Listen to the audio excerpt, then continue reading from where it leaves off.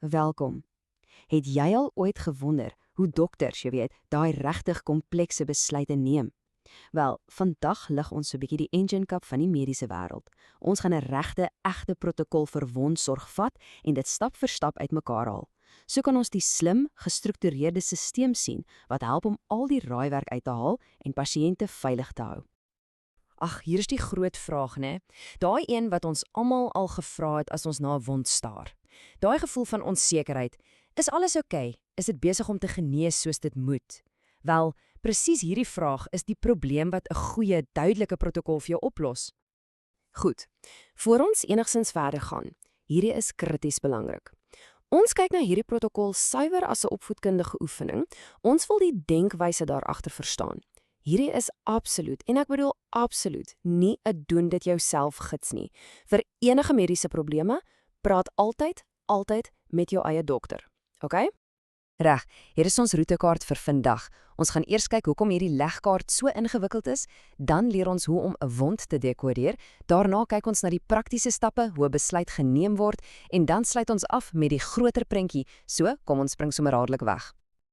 Eerstens, die vraag is, hoekom het ons enigsins 'n gestruktureerde plan nodig? Wel, want wondgenesing is 'n ongelooflike komplekse proses. Om dit reg te bestuur is amper soos om 'n legkaart aan mekaar te sit sonder om na die boks te kyk. En is die sleutel. Sonder 'n duidelike stelsel is dit so maklik om daai klein vroeë waarskuwingstekens te mis. So, 'n goeie protokol is nie net 'n klomp reëls nie. Dis eintlik 'n veiligheidsnet. Dit maak seker dat elke stap logies en konsekwent is en dit lei op die ou end na baie beter uitkomste. OK, kom ons duik nou in die hart van die saak. Hier is waar die hele stelsel so briljant raak. Dit haal die ek wonder uit die vergelyking uit en vervang dit met 'n duidelike, maklik onthoubare kontrolelys. Die hele stelsel gebruik twee baie slim akronieme: NERDS en STONIES. Dink hieraan soos twee verskillende brille wat jy opsit. Die NERDS-bril help jou om te kyk na wat op die oppervlak van die wond aangaan. Die STONIES-bril, aan die ander kant, help jou om te soek vir tekens van dieper, meer ernstige probleme. So kom ons breek NERDS vinnig af. Nee staan vir 'n nie genesende wond, een wat net nie wil verbeter nie.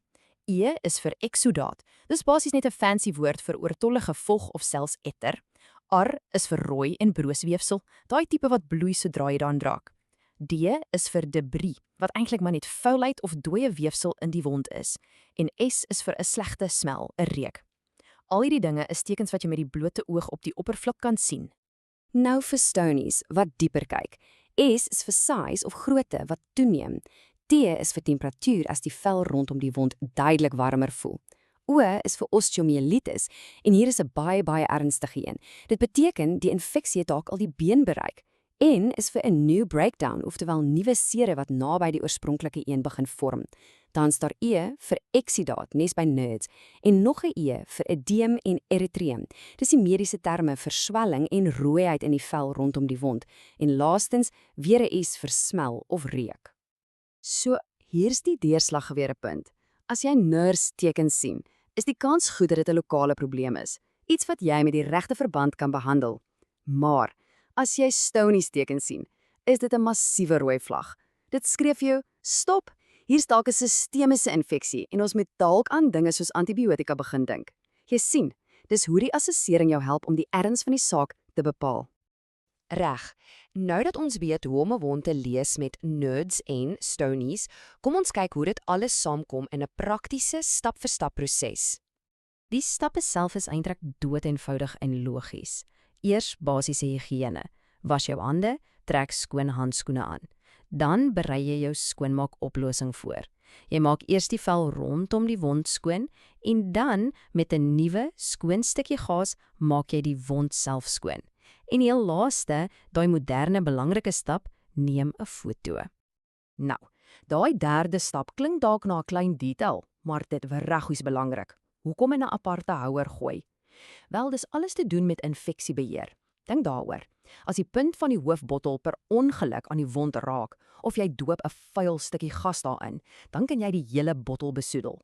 Hierdie klein gewoonte beskerm die res van die oplossing vir die volgende keer. En dan, daai 6ste stap. Moet nooit ooit die krag van die eenvoudige foto onderskat nie. In vandag se mediese wêreld is daardie aksie ongelooflik waardevol. Dink bietjie daaroor. 'n Foto kan nie lieg nie. Dit skep 'n objektiewe, visuele geskiedenis van daai wond. Jy kan presies sien of dit kleiner word of die kleur verbeter.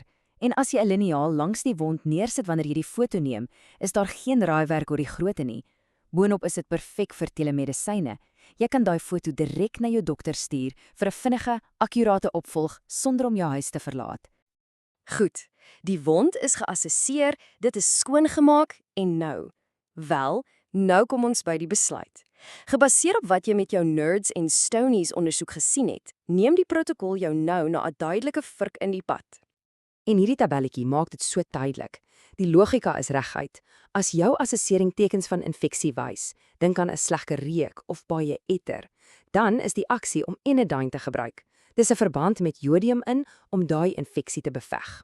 Maar as die wond relatief skoon lyk, dan is die aksie om Adaptec te gebruik. Dis 'n nie-klewende verband wat die wond net mooi beskerm en vochtig hou. Eenvoudig.